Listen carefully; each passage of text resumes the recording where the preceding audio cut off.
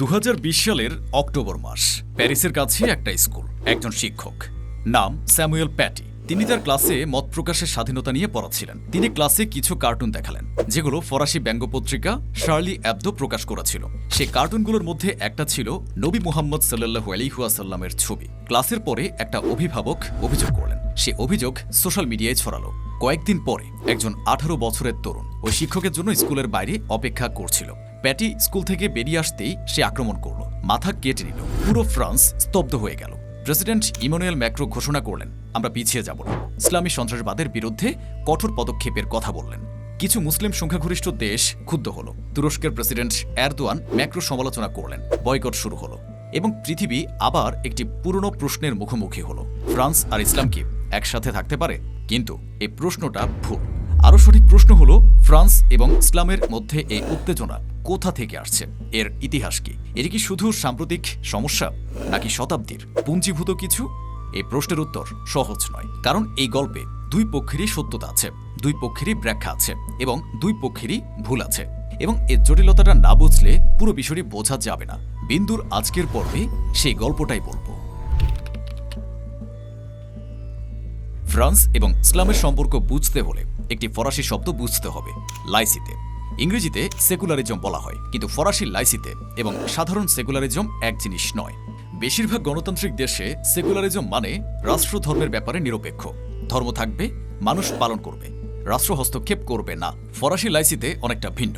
ফরাসি লাইসিতে বলে ধর্ম ব্যক্তিগত বিষয়। পাবলিক স্পেসে, সরকারি প্রতিষ্ঠানে, রাষ্ট্রীয় কার্যক্রমে ধর্মের কোনো স্থান নেই। এই পার্থক্যটা ছোট মনে হতে পারে, কিন্তু এর বাস্তব প্রভাব বিশাল। আমেরিকায় একজন কংগ্রেসম্যান বলতে পারেন, ঈশ্বরের কৃপায় আমি জিতেছি, কিন্তু ফ্রান্সে একজন মন্ত্রী তা বলতে পারেন না।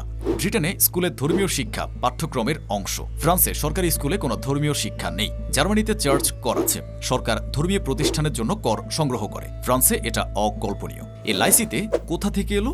উটোর ফরাসি বিপ্লব থেকে। 1789 সালে বিপ্লব শুধু রাজতন্ত্রের বিরুদ্ধে ছিল না, ছিল ক্যাথলিক চার্চের বিরুদ্ধেও। ফ্রান্সে মধ্যযুগ থেকে চার্চ ছিল একটা বিশাল ক্ষমতাধর প্রতিষ্ঠান। রাজার পাশাপাশি চার্চ জমি নিয়ন্ত্রণ করত, শিক্ষা নিয়ন্ত্রণ করত, মানুষের জন্ম মৃত্যু বিবাহ নিয়ন্ত্রণ করত। বিপ্লবের সময় এ ক্ষমতা ভেঙে দেয়া হলো, চার্চের সম্পত্তি বাজেয়াপ্ত হলো, পুরোহিতদের রাষ্ট্রের অধীনে আনা হলো। পরে রোবসপিয়ারের রাডিক্যাল পর্যায়ে এক ধরনের কারণের ধর্ম তৈরির চেষ্টা হলো, যেখানে ধর্মের জায়গা মুক্তি এবং মানবতা। এই ইতিহাস ফরাসি পরিচয়ের গভীরে গেঁথে আছে। ফরাসিরা মনে করে ধর্ম থেকে মুক্তি পেয়েই তারা আধুনিক হয়েছে। তাই ধর্মকে পাবলিক স্পেসে ফিরিয়ে আনার যে কোনো প্রচেষ্টা তাদের কাছে প্রগতির পেছনে টান মনে হয়। এবং এই দৃষ্টিভঙ্গি থেকে যখন তারা ইসলামের কিছু প্রকাশ্য আচরণ, যেমন হিজাব, হালাল খাবারের দাবি, মসজিদে আজান দেখে, তখন সেটাকে ধর্মকে পাবলিক স্পেসে টেনে আনা মনে হয়। কিন্তু এখানে একটা বিরোধ ভাস আছে। ফ্রান্সে ক্রিসমাস ট্রি পাবলিক স্পেসে থাকে, ক্যাথলিক চার্চের ছুটিগুলো জাতীয় ছুটি। এবং 1905 সালের যে আইন লাইসিতে প্রতিষ্ঠা করেছে, সেই আইন অনুযায়ী ফ্রান্স সরকার অনেক ক্যাথলিক গির্জার রক্ষণাবেক্ষণ করে। এই অসঙ্গতিগুলো মুসলিম সম্প্রদায় বারবার তুলে ধরেছে এবং ফরাসি রাষ্ট্র বলেছে এগুলো ঐতিহাসিক ব্যতিক্রম। কিন্তু যাদের কাছে ব্যতিক্রমগুলো সবই একটা ধর্মের পক্ষে, তাদের কাছে এটি ব্যতিক্রম নয়, সরাসরি পক্ষপাত। ফ্রান্স এবং ইসলামের সম্পর্কে সবচেয়ে গভীর শিকড় আছে একটা দেশে, আলজেরিয়া। 1830 সালে ফ্রান্স আলজেরিয়া দখল করল। এরপর যা হলো তা ছিল উপনিবেশিক ইতিহাসের অন্যতম নিষ্ঠুর অধ্যায়গুলোর একটি। ফরাসিরা আলজেরিয়াকে উপনিবেশ বলতো না, বলতো ফ্রান্সের অংশ। আলজেরিয়া ছিল ফ্রান্সের প্রদেশ, অন্তত কাগজে কলমে। কিন্তু এই অংশ হওয়ার মানে আলজেরিয়ার মুসলিম মানুষদের জন্য নাগরিক অধিকার ছিল না, তারা ছিলেন দ্বিতীয় শ্রেণীর। ফরাসি উপনিবেশবাদী পিয়েদ নোয়াররা আলজেরিয়ার সবচেয়ে উর্বর ও সেরা জমিগুলো দখল করে নিয়েছিল। আলজেরিয়ার মানুষরা তাদের নিজেদের দেশে ভূমিহীন হলেন। ফরাসি ভাষা চাপিয়ে দেওয়া হলো, আরবি ভাষা, ইসলামী শিক্ষা এগুলোকে পিছিয়ে রাখা হলো। 1954 সালে আলজেরিয়ার স্বাধীনতা যুদ্ধ শুরু হলো। দীর্ঘ 8 বছর উভয় পক্ষে ভয়াবহ সহিংসতা। ফরাসি সেনাবাহিনী নির্যাতন করেছে, গণহত্যা করেছে। আলজেরিয়ার স্বাধীনতা যুদ্ধে FLN ফরাসি বাহিনী ও সাধারণ নাগরিকদের উপর বোমা হামলা সহ সন্ত্রাসী পন্থা প্রয়োগ করেছিল। 1962 সালে আলজেরিয়া স্বাধীন হলো। এ যুদ্ধে মারা গেলেন কতজন?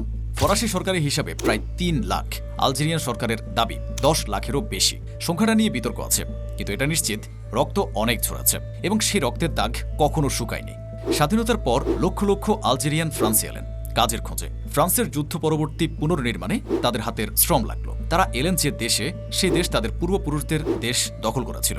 যে দেশে এসেছেন সে দেশের মানুষ কখনো কখনো তাদের উপনৈবেশিক নস্টালজিয়ায় পিছিয়ে দেখেন। এই জটিল সম্পর্ক আজকের ফ্রান্সে প্রতিটা মুসলিম ফরাসি সংকটের পটভূমি। 2005 সালে ফরাসি পার্লামেন্ট একটি আইন পাশ করল, যেটা বলা হলো শিক্ষা ব্যবস্থায় ফরাসি উপনিবেশিকতার ইতিবাচক দিক পড়ানো হবে। আলজেরিয়া বিক্ষুব্ধ হলো, ফ্রান্সের মধ্যেও সমালোচনা হলো, আইনটা পরে বাতিল হলো। কিন্তু এই ঘটনা দেখালো ফ্রান্স এখনও তার উপনিবেশিক অতীতের সাথে শান্তি স্থাপন করেনি এবং সেই অতীত আজকের মুসলিম ফরাসি সম্পর্কে গভীরভাবে প্রভাব ফেলছে। দ্বিতীয় বিশ্বযুদ্ধের পর ফ্রান্সের পুনর্নির্মাণ দরকার ছিল। কারখানায় শ্রমিক দরকার, নির্মাণে শ্রমিক দরকার। ফরাসি সরকার সক্রিয়ভাবে অভিবাসন উৎসাহিত করল। মরক্কো, তিউনিসিয়া, আলজেরিয়া, পশ্চিম আফ্রিকার দেশগুলো, এখান থেকে লাখ লাখ মানুষ এলেন। তারা এলেন এই প্রতিশ্রুতিতে যে কাজ করবেন, উপার্জন করবেন, হয়তো একদিন ফিরে যাবেন। অনেকে ফিরে যাননি। দ্বিতীয় এবং তৃতীয় প্রজন্ম ফ্রান্সে জন্মালো। তারা ফরাসি নাগরিক, কিন্তু তাদের অভিজ্ঞতা ফরাসি শ্বেতাঙ্গ নাগরিকদের থেকে আলাদা। ফ্রান্স বানলিউ বানালেন। বানলিউ হলো এক কথায় গরিব মানুষদের থাকার জায়গা। ফরাসি শহরগুলোর উপকণ্ঠে এই এলাকাগুলো তৈরি হলো 70 এবং 80-র দশকে। বিশাল কংক্রিটের অ্যাপার্টমেন্ট ব্লক, পরিকল্পিত নগর পুনর্বাসন প্রকল্প। শুরুতে হয়তো উদ্দেশ্য ভালো ছিল, সস্তায় আবাসন, কিন্তু ধীরে ধীরে বানলিউ হয়ে উঠল বিচ্ছিন্নতার প্রতীক।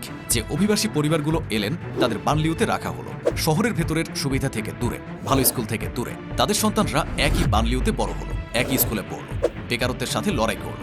গবেষণায় দেখা গেছে একই যোগ্যতা দুজন চাকরির আবেদন পাঠালে একটা ফরাসি শোনানো নামে আর একটা আরব বা আফ্রিকান শোনানো নামে ডাক পায় ফরাসি নামের প্রার্থীরা।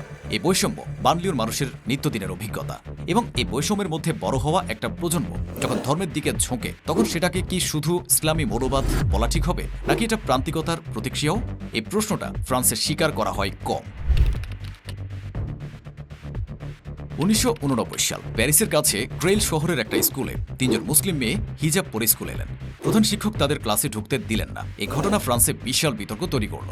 পক্ষে যারা তারা বললেন হিজাব ব্যক্তিগত ধর্মীয় প্রকাশ, লাইসিতে বলে রাষ্ট্র ধর্মের বিরুদ্ধে যাবে না, মেয়েদের হিজাব পরার অধিকার আছে।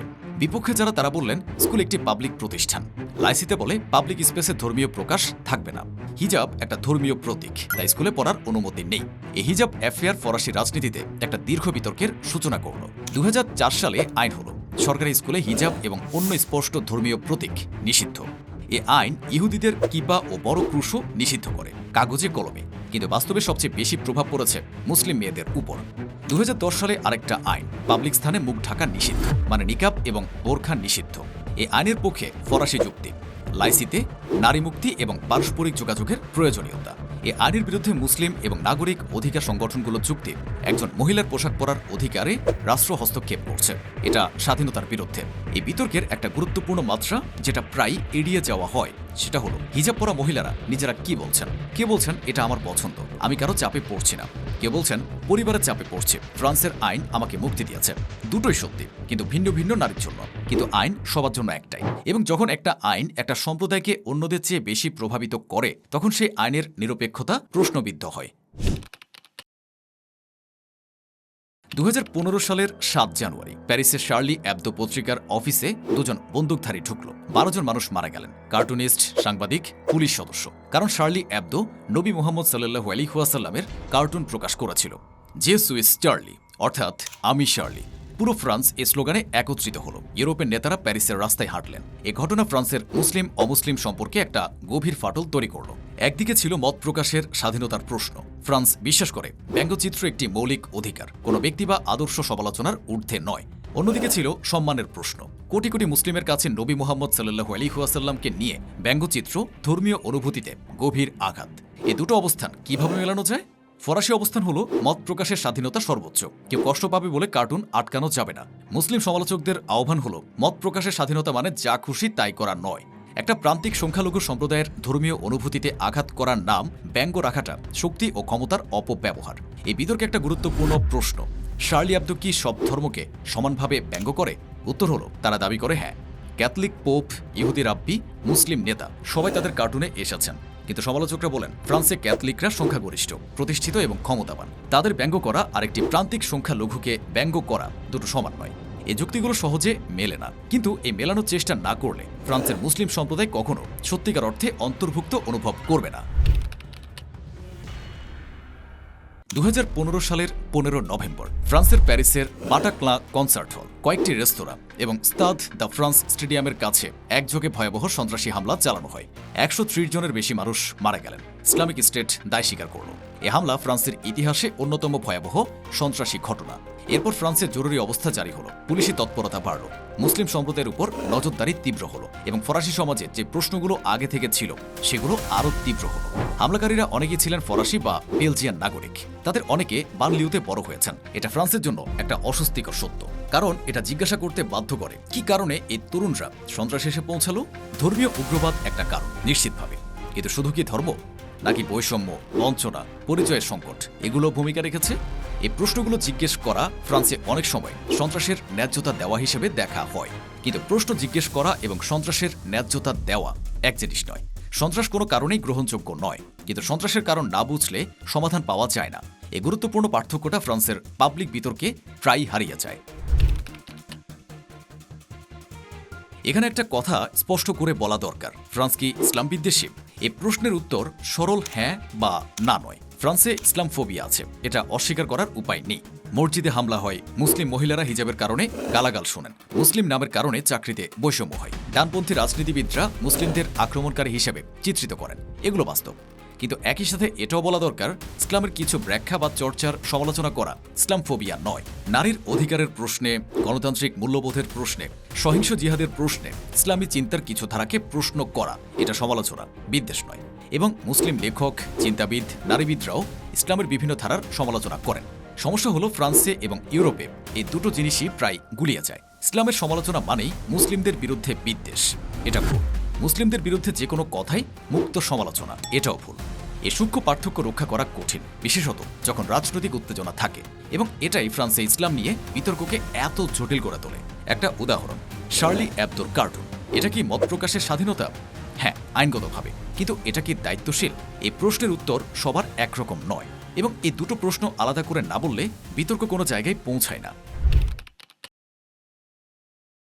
ফ্রান্সে আজ 60 থেকে 70 লাখ মুসলিম বাস করেন। পশ্চিম ইউরোপের সংখ্যার দিক থেকে সবচেয়ে বড় মুসলিম সম্প্রদায়। তাদের মধ্যে বিশাল বৈচিত্র্য আছে। কেউ সম্পূর্ণ ধর্মনিরপেক্ষ জীবনযাপন করেন, ফরাসি পরিচয়কেই প্রধান মনে করেন। কেউ গভীর ধার্মিক, কিন্তু ফরাসি সংস্কৃতির সাথে সম্পূর্ণ মিলেমিশে আছেন। কেউ সালাফিস্ট চিন্তার দিকে ঝুঁকাচ্ছেন, কেউ কেউ সন্ত্রাসে গেছেন। এই বৈচিত্র্যটা ফ্রান্সের পাবলিক বিতর্কে প্রায় হারিয়ে যায়। ফ্রান্সের মুসলিম একটা হোমোজেনাস গোষ্ঠী হিসেবে দেখা হয়, কিন্তু বাস্তবে এর একটা বিশাল বৈচিত্র্যময় জনগোষ্ঠী। ইমানুয়েল ম্যাক্রো 2021 সালে ইসলামী বিচ্ছিন্নতাবাদ বিরোধী আইন আনলেন।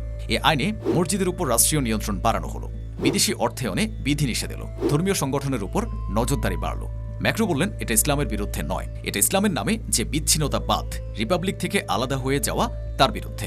মুসলিম সংগঠন এবং মানবাধিকার গোষ্ঠী বলল এই আইন মুসলিমদের অপরাধী হিসেবে চিহ্নিত করছে। এই দুটো অবস্থানের মধ্যে সত্যটা আবার মাঝখানে। ধর্মীয় উগ্রবাদের বিরুদ্ধে পদক্ষেপ নেওয়া দরকার, এটা ঠিক, কিন্তু সে পদক্ষেপ যদি শুধু একটি সম্প্রদায়কে টার্গেট করে, তাহলে সে সম্প্রদায় আরও বেশি বিচ্ছিন্ন অনুভব করে, এবং বিচ্ছিন্নতা বাড়লে উগ্রবাদের ঝুঁকি কমে না, বরং বাড়ে। ফ্রান্স ইসলাম বিদ্বেষী কিনা এই প্রশ্নের সহজ উত্তর নেই। ফ্রান্সে ইসলাম বিদ্বেষ আছে, এটা সত্য। ফ্রান্স একটা ধর্মনিরপেক্ষ রাষ্ট্র, যেটি ইসলামী উগ্রবাদ থেকে নিজেকে রক্ষা করতে চায়, এটাও সত্য। ফ্রান্সের মুসলিম সম্প্রদায় বৈষম্যের শিকার, এটা সত্য। ফ্রান্সে ইসলামের নামে সন্ত্রাস হয়েছে, এটাও সত্য। এই সত্যগুলো একে অপরকে বাতিল করে না। সমস্যা হলো ফ্রান্সের পাবলিক বিতর্কে প্রায় এইসব সত্যের কিছু অংশ বলা হয়, কিছু অংশ বলা হয় না, এবং যে পক্ষ যে সত্যটা নিজেদের মধ্যে সুবিধাজনক মনে করে সেই সত্যটা তারা জোরে বলে। ডানপন্থীরা বলে ইসলামী সন্ত্রাস, মুসলিম অভিবাসন, লাইসিতে রক্ষা করতে হবে। বামপন্থীরা বলে ইসলাম ফোবিয়া, বৈষম্য, বানলিউতে বঞ্চনা। মুসলিম কমিউনিটির নেতারা বলেন আমরা ফরাসি নাগরিক, আমাদের সাথে সমান আচরণ করুন। ধর্মনিরপেক্ষ ফরাসিরা বলেন ফরাসি মূল্যবোধ মেনে নিন, লাইসিতে মানুন। এই চারটা পক্ষই কথা বলছে, কিন্তু একে অপরের কথা শুনছে না, এবং এই না শোনার মধ্যেই উত্তেজনা বাড়ছে। সমাধান কোথায়? সহজ সমাধান নেই, কিন্তু একটা শুরুর জায়গা আছে। ফ্রান্সকে স্বীকার করতে হবে তার উপনিবেশিক ইতিহাস এবং সেই ইতিহাসের বর্তমান প্রভাব। মুসলিম সম্প্রদায়কে বৈষম্যের বিরুদ্ধে লড়াই করতে হবে, ভেতর থেকে উগ্রবাদের বিরুদ্ধেও। ফরাসি রাষ্ট্রকে বুঝতে হবে যে লাইসিতে এবং মুসলিম পরিচয় পরস্পর বিরোধী নয়। একজন মানুষ একই সাথে গভীর মুসলিম এবং গভীর ফরাসি হতে পারেন, এবং সবচেয়ে গুরুত্বপূর্ণ একে অপরকে শুনতে হবে। এই শোনাটা কঠিন, কিন্তু না শুনলে প্রতিটি শার্লি অ্যাবদো, প্রতিটা স্যামুয়েল প্যাটি, প্রতিটা বাটক্লাঁ এই ট্র্যাজেডিগুলো আরও সামনে আসবে। এবং প্রতিটা ট্র্যাজেডির পর পক্ষগুলো আরও শক্ত হয়, আরও বিচ্ছিন্ন হয়, আরও একে অপরের প্রতি সন্দিহান হয়। এ চক্র ভাঙতে হবে এবং সেই চক্র ভাঙার একমাত্র পথ সত্যিকারের কথোপকথন, সব সত্যকে স্বীকার করে। ফ্রান্স এবং তার মুসলিম নাগরিকরা এরা শত্রু নয়, এরা একই দেশের মানুষ, একই দেশের ভবিষ্যৎ তাদের, এবং সেই ভবিষ্যৎ শুধু একসাথেই গড়া সম্ভব। কারণ একটা দেশ তখনই শক্তিশালী যখন তার সব নাগরিক নিজেদের সেই দেশের অংশ মনে করেন। বিচ্ছিন্নতা কখনো নিরাপত্তা দেয় না, অন্তর্ভুক্তি একমাত্র পথ।